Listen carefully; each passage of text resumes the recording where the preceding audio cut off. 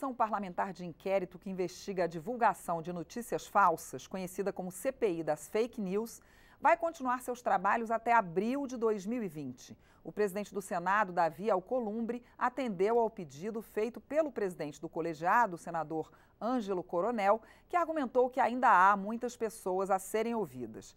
Eu converso hoje com a deputada Bia Kicis, do PSL do Distrito Federal, que participa da comissão como vice-líder do governo. Eu sou Mariana Monteiro e este é o Palavra Aberta.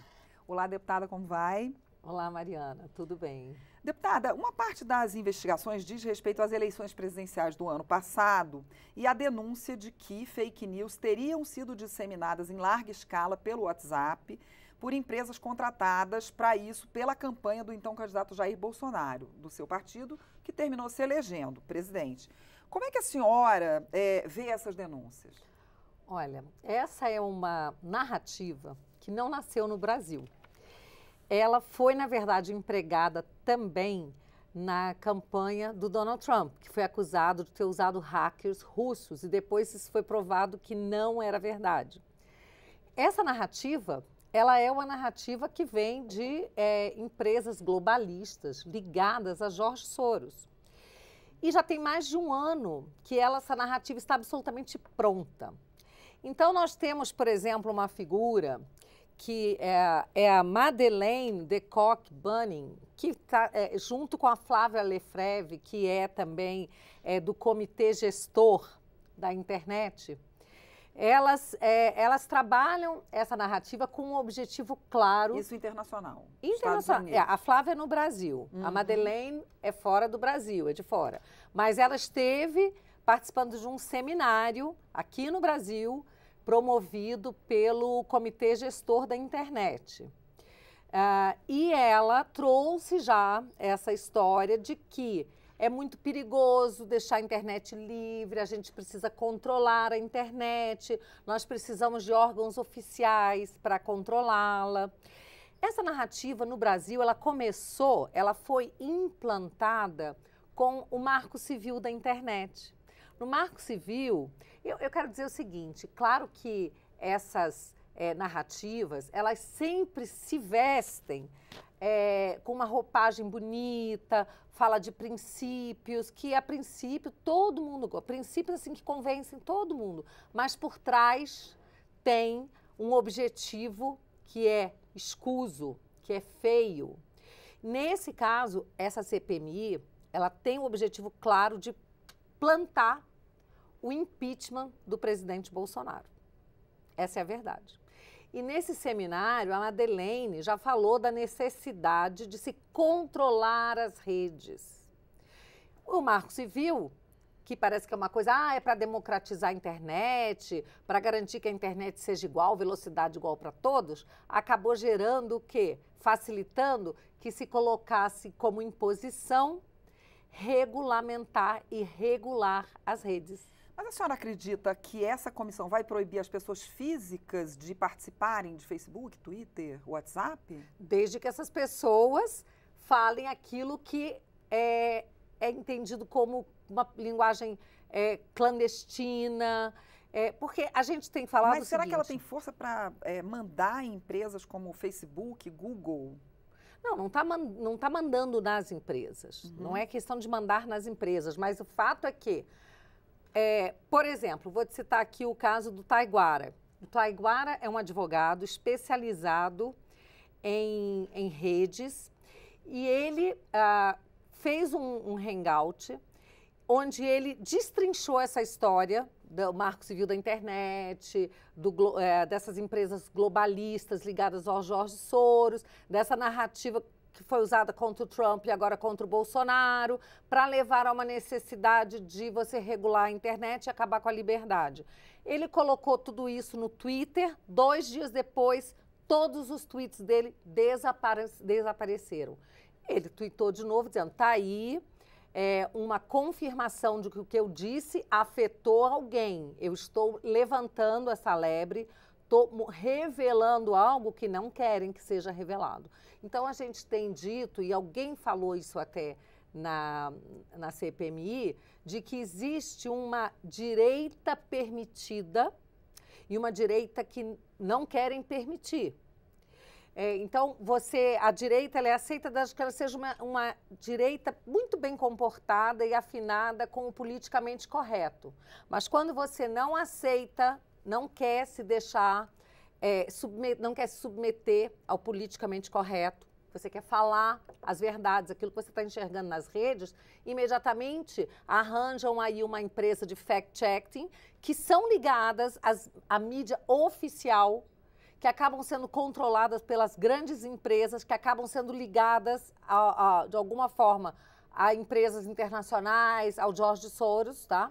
E aí, o que acontece? Essa sua fala é considerada uma fala não permitida, uma fala clandestina, ou mentira ou fake news. Vamos falar um pouquinho sobre um caso específico que teria acontecido. A CPI ouviu longamente... nessa semana que passou, o depoimento de representantes de 3 empresas de fact-checking, né? A checagem de informação. O portal eFarsas, portal Comprova e boatos.org, que esses existem há muito tempo. Sim. Antes desses outros portais que estão dentro de jornais, ligados a jornais.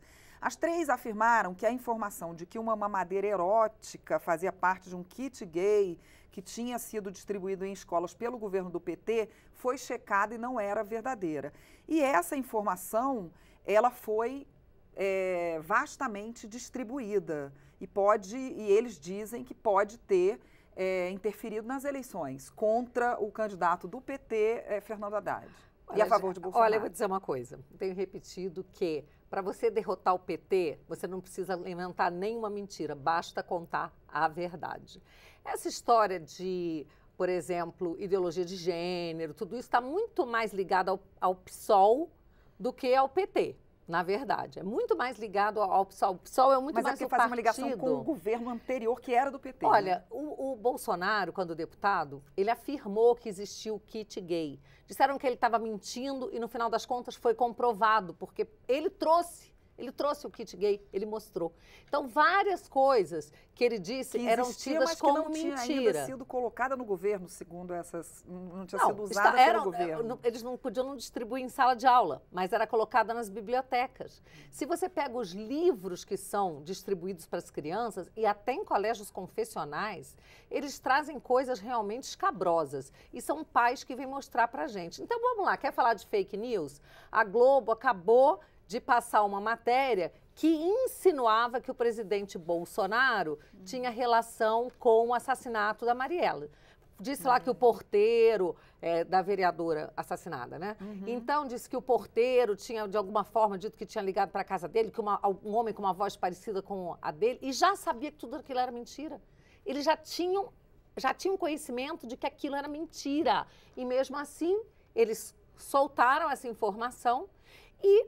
No dia seguinte, na CNN, no Chile, o que saiu nas manchetes? Que todas as pistas, no caso da Marielle, levavam ao presidente Bolsonaro. Isso não é fake news? Isso é uma fake news terrível. Mas se for fake news, não deveria ser combatida? Olha também? Só, fake news existem em ambos os lados. De ambos os lados. Nós temos que deixar que a internet... ela se regule, porque as pessoas é que tem que dizer, isso aqui é um lixo, eu não vou assistir esse canal. Alguém vai falar, os eu acho horrível o Estado se meter, e porque o fact-checking, quem decide? Quem vão ser as empresas de fact-checking? Se você olhar essas empresas de fact-checking, tem empresas aí que recebem financiamento de empresas que acabam sendo ligadas ao George Soros. Então, o que acontece é assim, eu não quero empresa nenhuma checando o que eu falo ou o que eu vejo. Eu quero a internet livre, porque no momento que você permite que alguém regule, você não sabe quem vai fazer isso. O que o representante de uma dessas empresas disse, que é uma pessoa que estuda o tema, né? É que quando é lançada uma notícia falsa, a senhora deu o exemplo dessa da Globo, que pode ser, elas dão o desmentido e conseguem interromper esse ciclo de notícias falsas, mas que o desmentido não consegue alcançar o mesmo range, né, o mesmo número de pessoas do que o fake news conseguiu. Exatamente, mas isso sempre existiu e é por isso que a mídia tradicional tem que dar o direito de resposta. Tá? Então, isso você resolve, mas na justiça. Não, claro que pode haver direito de resposta. Você pode fazer dessa forma. Então, eu, por exemplo, eu já postei um vídeo recentemente que eu recebi de uma pessoa que também foi enganada e achou que fosse real. Eu postei algumas horinhas, e eu postei quase que de madrugada. Então, mas algumas horas depois, alguém me falou, olha, Bia, pode ser que esse vídeo não seja real. Pode ser. Eu já tirei imediatamente. Sim. Então, é isso que tem que acontecer. Responsabilidade. E se você prejudicar alguém, você responde na justiça. A pessoa te aciona e você responde. Eu tenho um caso em que eu acionei o então deputado João Willis, porque ele fez postagens que ofenderam a minha honra e não eram verdadeiras. A senhora contou, né? Eu processei, condenei e ele me deve 50 mil até hoje, tá? Então, o que acontece? A pessoa tem como recorrer à justiça. Agora, a pior coisa que pode acontecer é você criar uma censura prévia. E o pior, que a gente percebe que nas redes existe... E olha, não sou eu que estou dizendo, não. O próprio... Gente, o dono do Facebook, agora, tá me faltando o nome dele agora. Zuckerberg. O Zuckerberg. Ele mesmo falou no Senado, numa audiência pública no Senado americano, que o Facebook tem uma tendência à esquerda.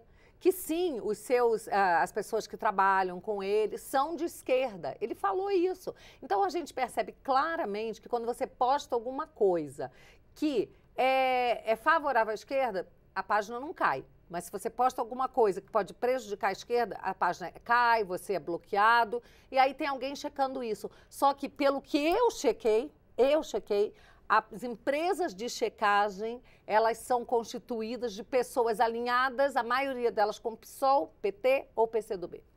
Eu conversei com a deputada Bia Kicis, do PSL do Distrito Federal, sobre a CPI mista das fake news, que está investigando a divulgação de notícias falsas. Eu sou Mariana Monteiro e este é o Palavra Aberta, um programa da TV e da Rádio Câmara. Você pode rever esta e outras edições em câmara.leg.br/palavra aberta. Até a próxima!